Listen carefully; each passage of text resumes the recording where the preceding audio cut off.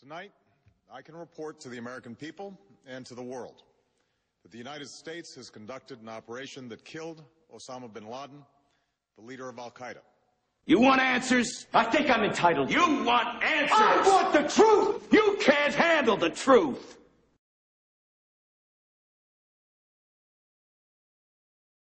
American tourists, and he also had dealings with Omar Sheikh, the man who murdered Osama bin Laden. Now, I know that having dealings with people does not necessarily mean...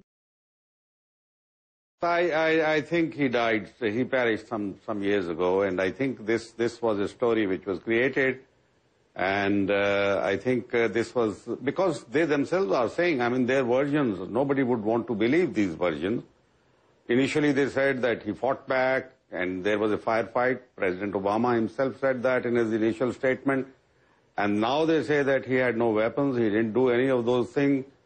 Then ISI says that he was living there for the last 5 years. So, and they said that we have informed the CIA and the American partners in 2009 about it. So there are so many versions floating around. As far as I think he had, even if he was not killed or if he didn't die a natural death, I think it was totally irrelevant to the operations of al-Qaeda, and I think it was quite futile to have gone and killed him. But I still doubt the story which was given out by the American media and by the American administration. All right. You believe he died a few years ago in the United States? Yeah, I don't think he was there. I think it was probably somebody else. Okay. Why did they not take him alive? Out that says that Osama bin Laden is living in Tehran. Is Osama bin Laden in Tehran? Your question is laughable. Why? The U.S. government has invaded Afghanistan in order to arrest bin Laden. They probably know where bin Laden is. If they don't know where bin Laden is, why did they invade? First, they invaded. Then they tried to find out where he is. Is that logical? Do you think this is logical? What I think is that you didn't answer my question. Is he in Tehran or not? Our position is quite clear. Some journalists have said bin Laden is in Iran. These words don't have legal value. Our position towards Afghanistan and against terrorism is quite clear. Is it true or not? Maybe you know, but I don't know. I'm asking you, you're the president of Iran. I don't know such a thing. You are giving news which is very strange. So let me ask it a different way. If you did know that Osama bin Laden was in Tehran, would you show him hospitality? Would you expel him? Would you arrest him? I heard that Osama bin Laden is in Washington, D.C. No, you didn't. Yes, I did. He's there because he was a previous partner of Mr. Bush. They were colleagues, in fact, in the old days. You know that. They worked together. Mr. bin Laden never cooperated with Iran, but he cooperated with Mr. Bush. Well, let's look at the situation. They said he was on a dialysis machine 10 years ago. Experts have said the disease he suffered from is generally fatal within 2 years. How did he manage to survive 10? Well, we don't even know. They don't even know for sure if he had one kidney or not. You know, so let's move on. Let's talk politics because I want to talk about. Let's ask this. Go ahead. How do we kill a guy that we never indict? President Obama addressed the nation late Sunday evening to say that just hours before, Osama bin Laden had been killed in the middle of a major populated city in a palace compound. My friends, this is a complete and total hoax, and we predicted with total precision, with inside sources, going back more than 8 years ago, exactly what would happen. It's on record that Steve Pachinik, who worked as the top deputy to Henry Kissinger, and who also is a high-level Council on Foreign Relations member, was interviewed back in April of 2002 and said that bin Laden was dead and that was on ice, and that in the future he would be used at a politically expedient time to bolster the government in the eyes of the people. Mr. Pachinik, extremely high-powered. Here's the quote. "I worked with Osama bin Laden," Pachinik told Jones, adding that he later turned terrorist hunter during subsequent administrations. And then he went on from that point, this is just a few months after 9/11, early 2002, to break this down. Now, I was the first to ever have an insider come out and say this, Then Madeleine Albright in 2003, on December 17th, went on Fox News program and said that he was dead and on ice, and that the Bush administration was thinking about rolling him out during the 2004 election if they needed it. But then because of that coverage, the inside baseball was they didn't. Now, even before she went public, a year and a half after I first broke this news, I had a White House source here in Austin, Texas. You know, a lot of folks live here in Austin, but we're also in the Bush administration because they came from Texas. Bush had just been governor here. And I was told by an extremely high-level White House source this information. Separately, I then confirmed through another White House source here in Austin through a separate party.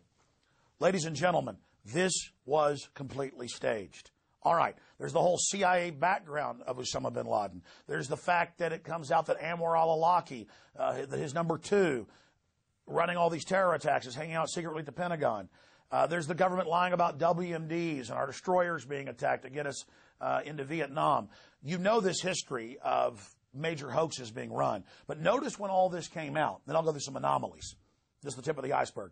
This all came out right at the time that Obama's approval rating was dropping like a rock, an all-time low this far into a president's administration, as the dollar's dropping, as support for Iraq, Afghanistan, Libya, and the drone attacks in Pakistan was imploding, right as the Pakistanis were threatening to kick the U.S. out of Pakistan and to kick their drones out. Right as this happens, there's this big propaganda victory, and what do? They take the body and throw it in the ocean, they say. Do you really believe that? No one is buying that.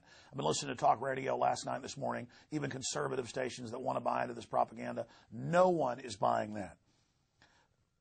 They've thrown his body in, but don't worry, they have a DNA test, and they have a face scan so they know it's him. This is the same government where the CIA agents last year admitted in the Washington Post that they created fake bin Laden videos. This is the same government that's constantly caught lying. But conveniently, his body is now out in the ocean somewhere, buried at sea. But it gets worse. Last night, as soon as this was announced, it was all over U.S. TV, British TV, European papers, fake photos. And as soon as I saw it, I sent text messages to Paul Watson and others and said, look into this. This is the same fake bin Laden dead photo that's photoshopped of him that we saw years ago. And so digging into this, we've learned they claim that they've killed him 9 separate times. But obviously, this is the big presidential announcement. They claim that they've killed other al-Qaeda operatives over and over again. They're training you to accept this type of garbage. So we've got that information, that they've killed him 9 times. The issue now is we have brought to the forefront at a time when America is in deep peril economically, as Alex Jones has correctly explained to you.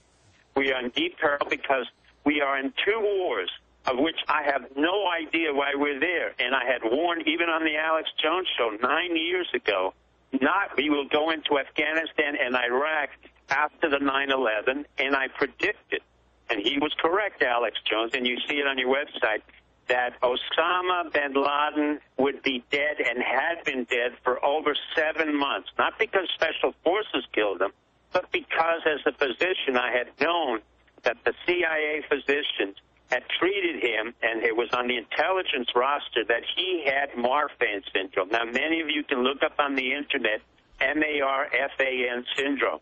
It's a disease which is a genetic abnormality which Abraham Lincoln had, and it was the disease of the cataract of the eyes, of the coronary arteries, and what happens in that disease is that you have a very short lifespan.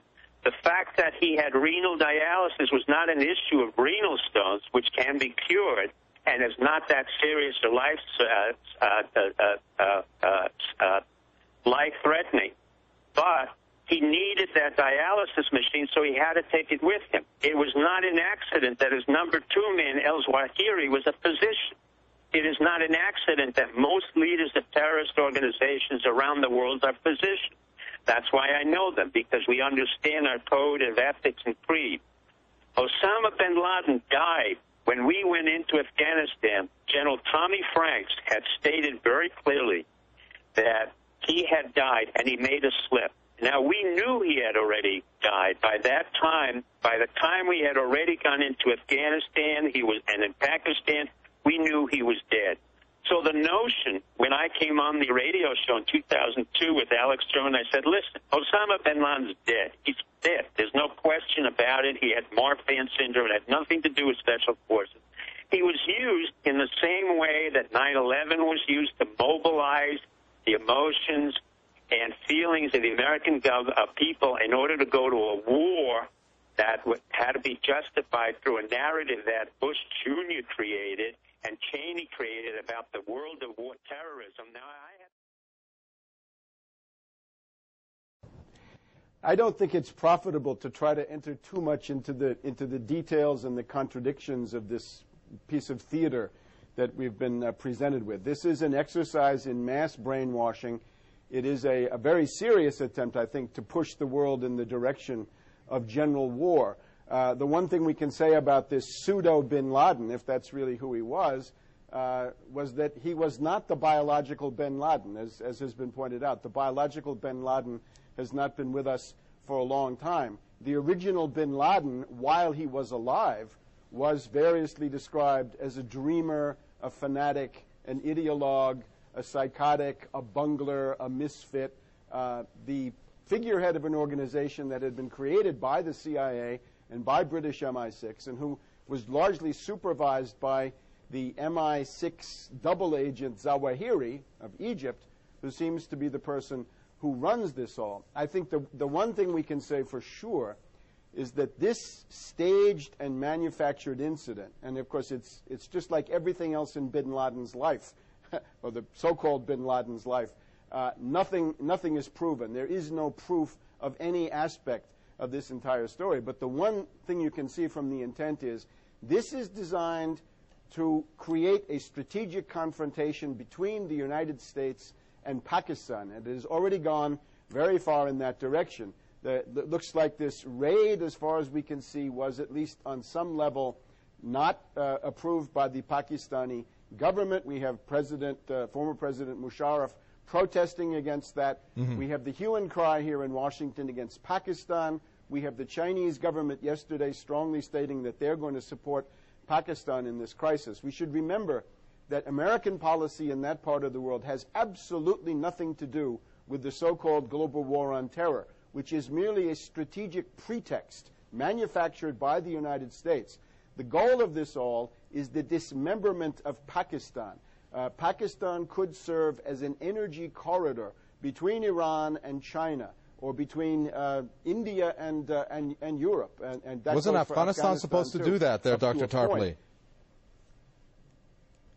It's not enough. The Pakistan energy corridor could be created, and the goal of the U.S. policy remains to take the Afghan civil war and to export that into Pakistan and to promote the division along the well-known lines of Punjabis, Sinds, Baluchistan. You've mentioned Rigi, supported by NATO and so forth, and then, of course, Pashtunistan, which is the epicenter of all this. So This is what we can see. And I think the real question is, will this story now manufactured about bin Laden be the equivalent of the Sarajevo assassination of June 22nd, 1914? Are we now in a 6 or 8 or 10-week period between an incident and some cataclysmic geostrategic event, a general war that might grow out of the United States overplaying this attack on Pakistan, when you see that the Chinese are coming forward to offer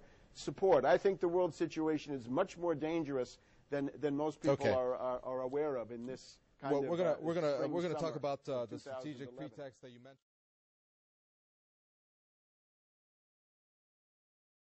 Funded Al-Qaeda, and now they blame the Muslim religion. Even though bin Laden was a CIA tactician, they gave him billions of dollars, and they funded his purpose. Fahrenheit 9/11, that's just scratching the surface.